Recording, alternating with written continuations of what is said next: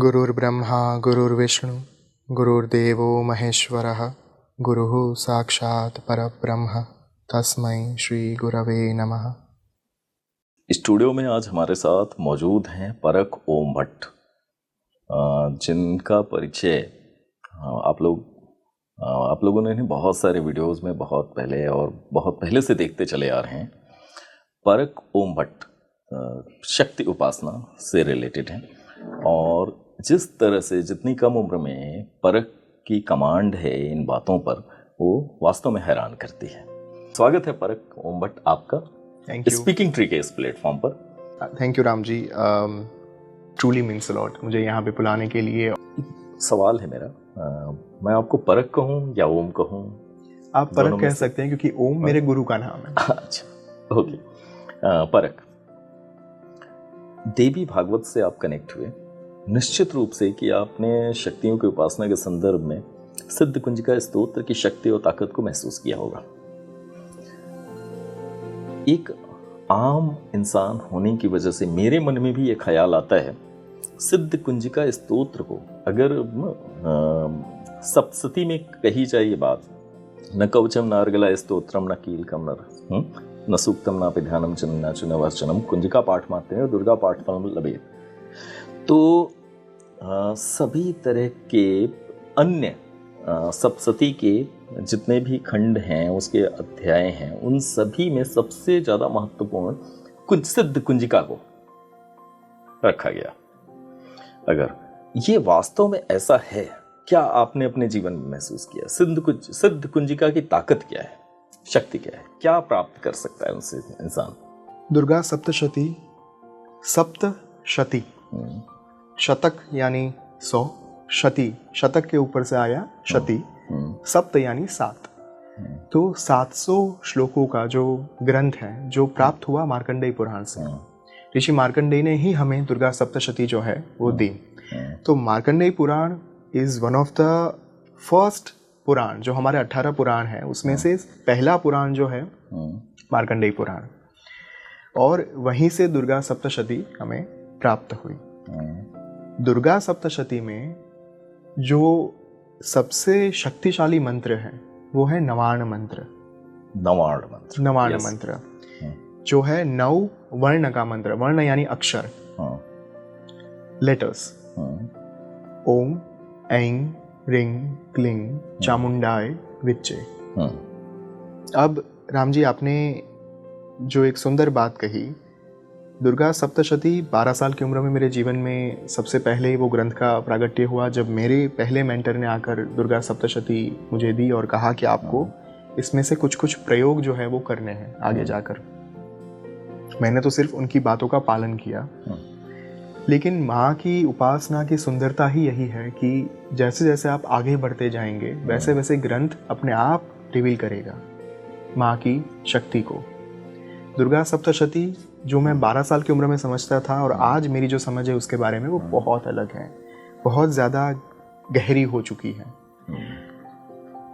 सिद्ध कुंजिका स्तोत्र जो मैंने आपको नवार्ण मंत्र कहा, अगर आप सिद्ध कुंजिका में ही अगर आगे बढ़ेंगे तो आपको ज्ञात होगा, एक बहुत सुंदर श्लोक आता है, ऐंकारी सृष्टि रूपाय ह्रींकारी प्रतिपालिका क्लिंकारी काम रूपिणे बीज रूपे नमोस्तुते चामुंडा चंड घाती च यैकारी वरदायिनी विच्चे जाभयदा नित्यम नमस्ते मंत्र रूपिणी। हमने नवार्ण मंत्र की बात की, ओम ऐं ह्रीं क्लीं चामुंडाय विच्चे। यहाँ पे माँ अपने स्वरूप को प्रकट कर रही है सिद्ध कुंजिका स्तोत्र के माध्यम से।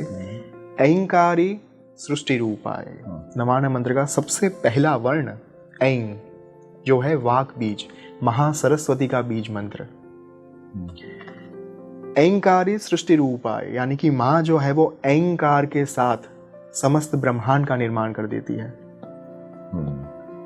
फिर ह्रींकाली प्रतिपालिका जो नवार्ण मंत्र का दूसरा वर्ण है, ऐं ह्रीं क्लीं। ह्रीं जो है वो माया बीज है, महालक्ष्मी का बीज मंत्र।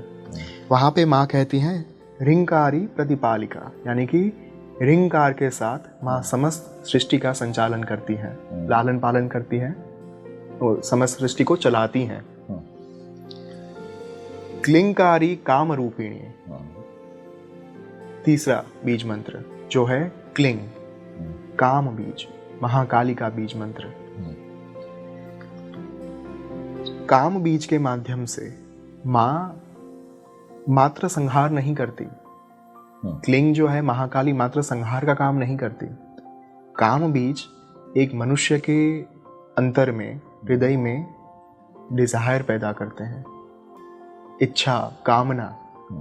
अगर मनुष्य के अंतर में कामना ना हो, इच्छाएं ना हो, तो जीवन जिया ही नहीं जा सकता। सृष्टि का जो संचलन है, सृष्टि का उद्देश्य है, वो खत्म हो जाएगा। बिल्कुल। कौन चीज किसके लिए? बिल्कुल बिल्कुल। तो उद्देश्य की पूर्ति ही इस विश्व को चलाती है। अगर मनुष्य के पास ध्येय ना हो, हेतु ना हो, उद्देश्य ना हो, अपने जीवन जीने के लिए कोई गोल ना हो, तो वो डेड बन जाता है कहीं ना कहीं। वो अपना जो है अपनी पहचान खो बैठता है। महाकाली का ये जो बीज मंत्र है क्लिंग, माँ जो है क्लिंग के उच्चारण के साथ समस्त सृष्टि में इच्छाएं, डिजायर, काम जो है, यहाँ पे काम का अर्थ मात्र वासना से नहीं है, यहाँ पे काम का अर्थ कामना से है, इच्छाओं से है, वो पैदा कर देती है। और एक बार इच्छा पैदा हो गई, मनुष्य भागता रहेगा उन इच्छाओं की पूर्ति के लिए, और भागना शुरू करेगा। वैसे समय बीतेगा, समय बीतेगा, मृत्यु की ओर हम आगे बढ़ते जाएंगे। और महाकाली का जो उद्देश्य है वो संहार का है, काल के साथ जुड़ी हुई है, समय और मृत्यु के साथ। तो यहाँ पे महाकाली जो है वो अपना उत्तरदायित्व निभा रही है। एक ब्रह्मांड को सृजन से लेकर, पालन से लेकर संहार तक ले जाने तक की जो प्रक्रिया है, वो पूर्ण प्रक्रिया नवान मंत्र में अंत तक दी गई है, आदि से अंत तक। बिल्कुल बिल्कुल।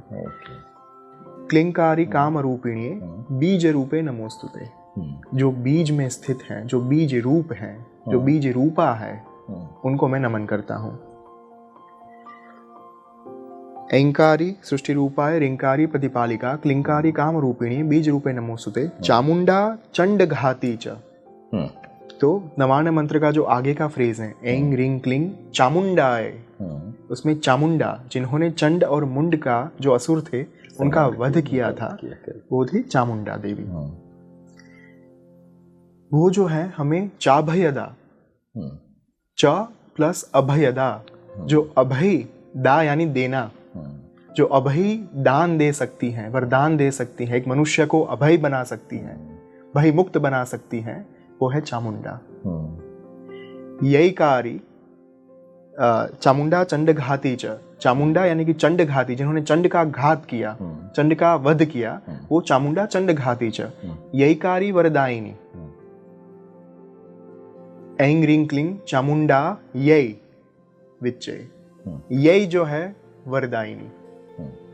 यही का उच्चारण मात्र ही माँ की असीम कृपा और आशीर्वाद आपको प्राप्त करा सकता है।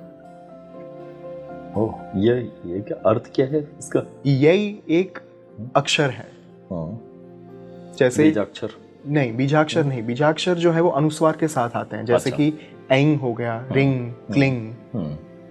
लेकिन श्री जो है वो बीजाक्षर नहीं है, लेकिन अगर श्रिम आप कर दे या फिर श्रिंग कर दे तो वो बीजाक्षर बन जाता है।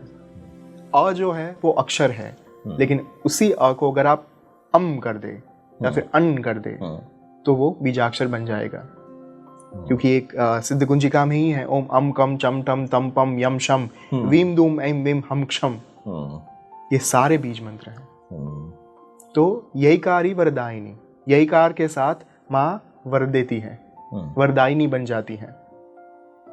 विच्चे चाभयदा नित्यम एंग्रिंग क्लिंग चामुंडाए विच्चे, जो आखिरी वर्ड है विच्चे, विच्चे चाभयदा नित्यम। विच्चे जो है उसका उच्चारण मात्र करने से मनुष्य को, साधक को अभय वरदान मिल जाता है।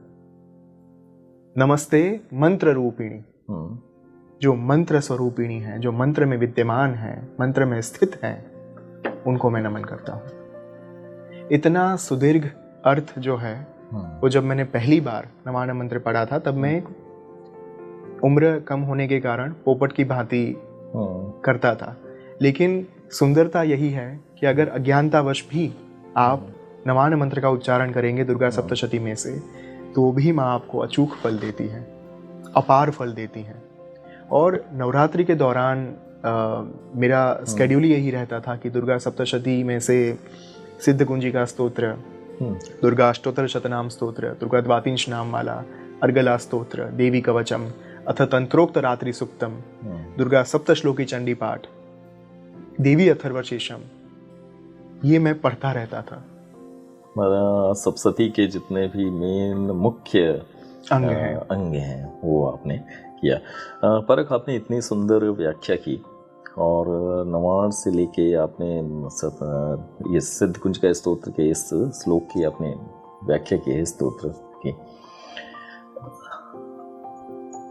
कहते हैं भौतिक कामनाएं यानी कि जो सांसारिक जरूरतें हैं, किसी की नौकरी ना लग रही हो, किसी के जीवन में कोई और अन्य समस्या हो, किसी की शत्रु बाधा हो, किसी को अनावश्यक जो है जीवन में बार बार समस्याएं आ रही हैं, दुर्घटनाएं हो रही हों, किसी के घर में लोग बीमार हों, तो जैसा मैंने सुना था अभी तक कि अगर कोई सिद्ध कुंजिका स्तोत्र और सिद्ध कुंजिका मंत्र का पाठ या जाप कर रहा है तो उसके जीवन में बहुत सारी समस्याओं का अंत हो जाता है। क्या ये सत्य है? बिल्कुल सत्य है, क्योंकि माँ जगत जननी है।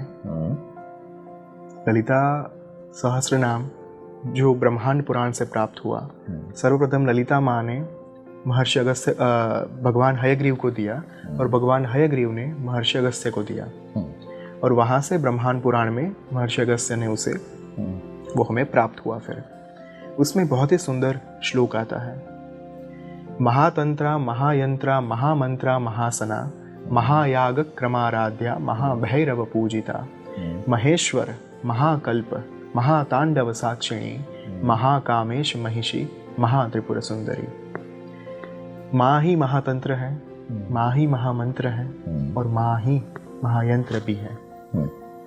तो एक मनुष्य जैसे अपने माँ के पल्लू में छिपकर सारी बाधाएं भूल सकता है। जैसे बचपन में अगर हम कभी भी पिता से डांट खाते थे तब सबसे पहले माँ जो थी वही याद आती थी हमें, उनके पास जाकर ही हम छुप जाते थे और बचने के लिए विनती करते थे कि आप समझाओ।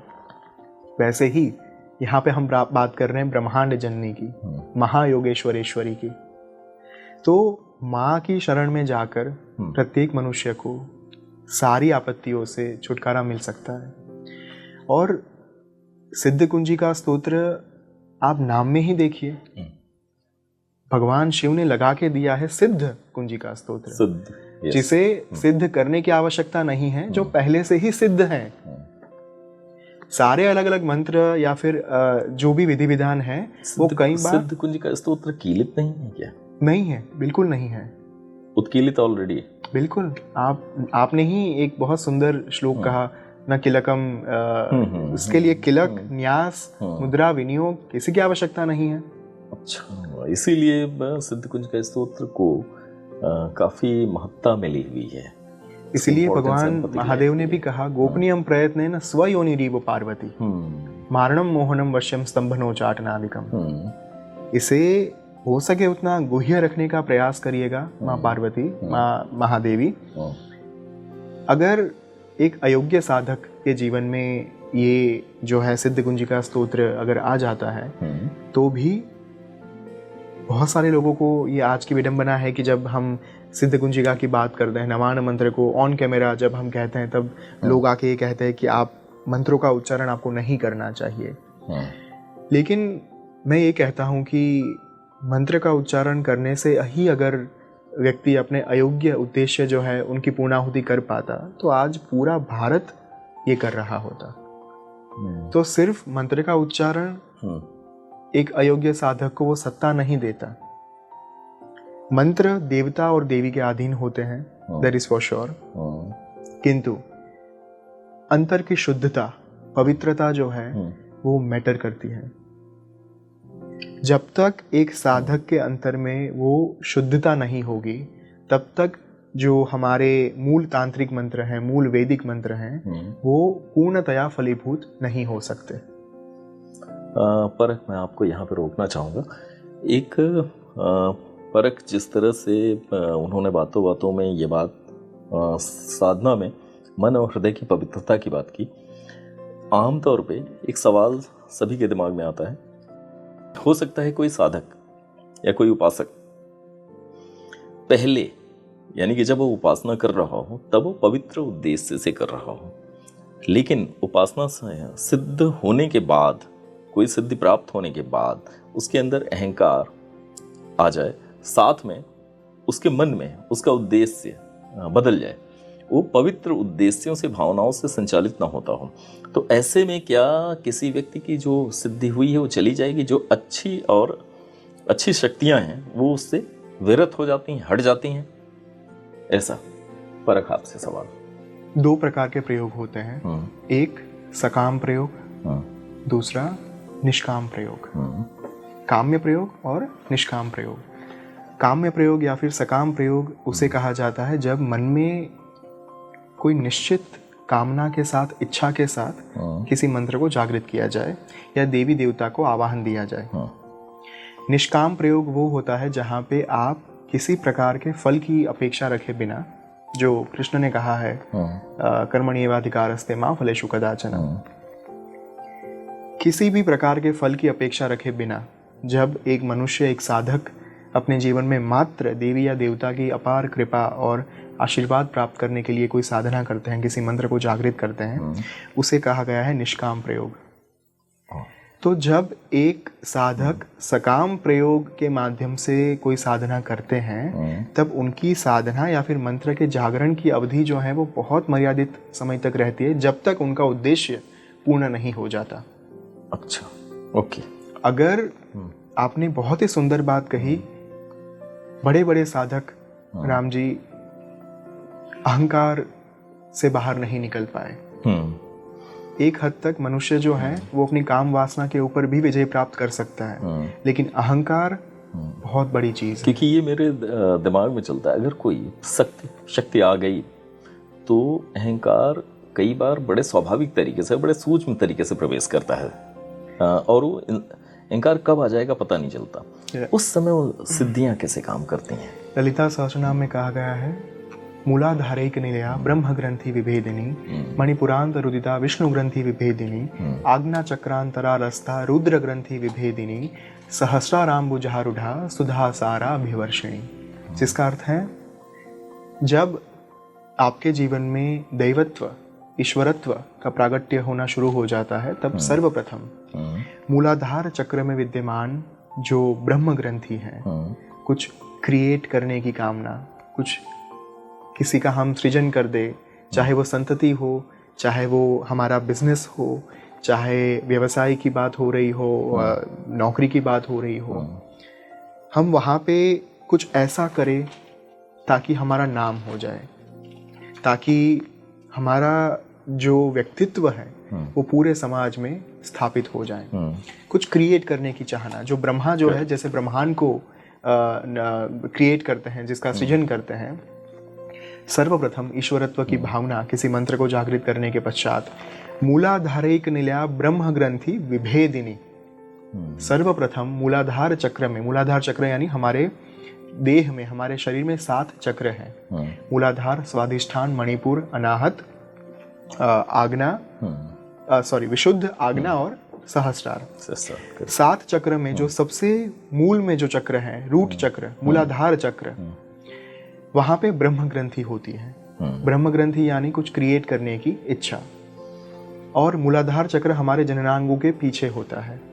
तो मनुष्य ज्यादातर अपने जीवन में काम वासना से पीड़ित होकर भागते रहते हैं, और कुछ क्रिएट करने की जो इच्छा है, उनके अंदर जो कुंडलिनी शक्ति मूलाधार चक्र में सुषुप्त अवस्था में पड़ी हुई है, वो शक्ति उन्हें बार बार प्रकृति का जो मूल स्वभाव है, बढ़ते रहने का, ग्रोथ करना, वो करने के लिए मनुष्य को प्रेरित करती है।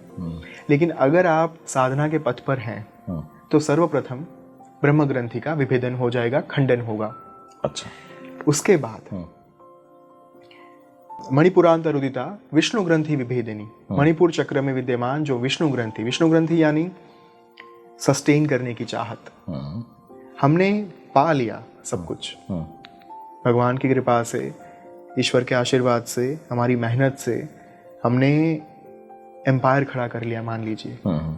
लेकिन आज हमने कितने सारे लोग ऐसे भी देखे हैं जो एम्पायर खड़े करने के बाद उस एम्पायर के प्रति अपना मोह छोड़ नहीं पाते। करेक्ट। उनको फिर भी ये लगता है कि ये सब कुछ मैं साथ में लेकर जाऊंगा, ये सब कुछ मैं टिका कर रखना चाहता हूँ, चाहे कुछ भी हो जाए, मेरी प्रतिष्ठा को हानि नहीं पहुंचनी चाहिए, ये जो मैंने इकट्ठा किया है वो सब मैं अपने पास रखूंगा। वो एक आसक्ति उससे मुक्त नहीं पाते।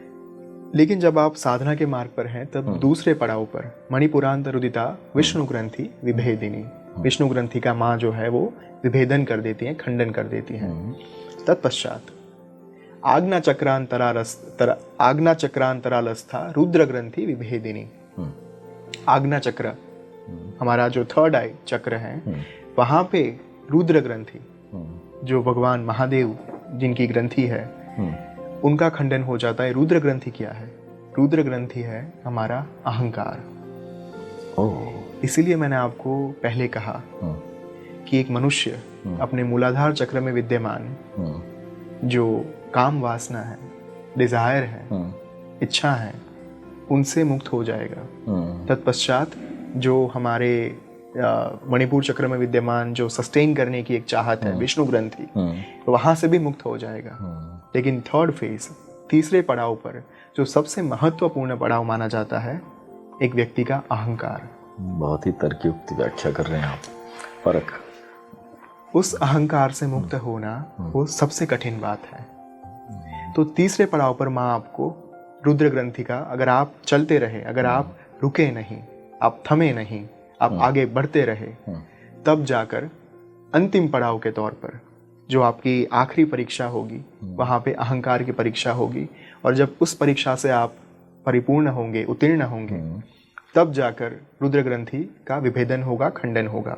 और आखिर में कहा गया है सहस्राराम्बुजारूढ़ा सुधा सारा भिवर्षिणी। अब तीनों मूल ग्रंथियों का खंडन हो गया, विभेदन हो गया। तत्पश्चात आपकी कुंडलिनी जो है वो सहस्रार चक्र में पहुंच जाती है, क्राउन चक्र, the last one, ultimate one, जहाँ पे शिव, सदाशिव का वास होता है। और कुंडलिनी शक्ति की यात्रा जो है वो मूलाधार से शुरू करके सहस्रार तक पहुंचती है।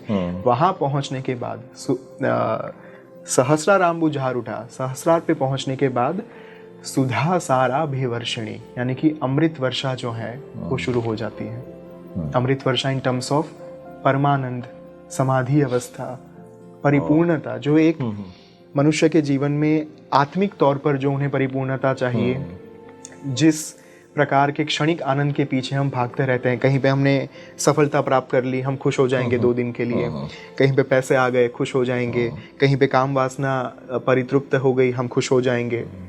लेकिन इन सारी चीज़ों से ऊपर उठकर जब आप सहस्रार चक्र में पहुंचेंगे, आप एक ऐसी अवस्था में होंगे जहाँ पे 24/7 मात्र परमानंद होगा।